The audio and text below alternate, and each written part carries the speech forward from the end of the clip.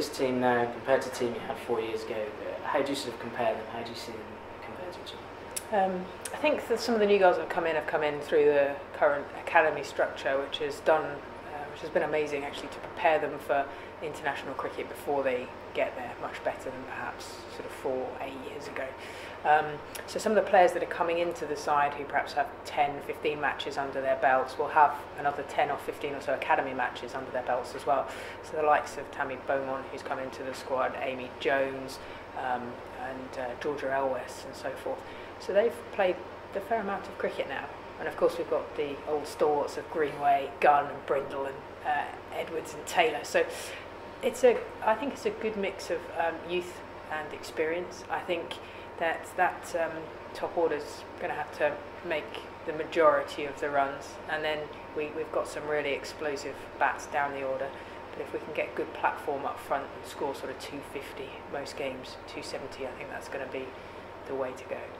I think it says a lot about your namesake Sarah that you described her as a stalwart. Then she's still only 23, but I mean there's been a lot of attention focused on her recently.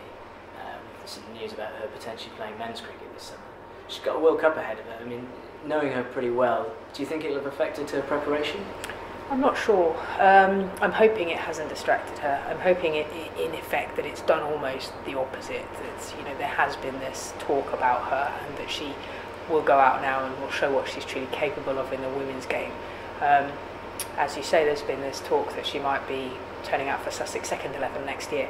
I think the key thing is that she'll be training with them, and it's important when you're training to really work out of your comfort zone, to train with people who are really going to test you, and that's what she'll get. And the same for Holly Colvin, who'll also be training with the boys down at Sussex.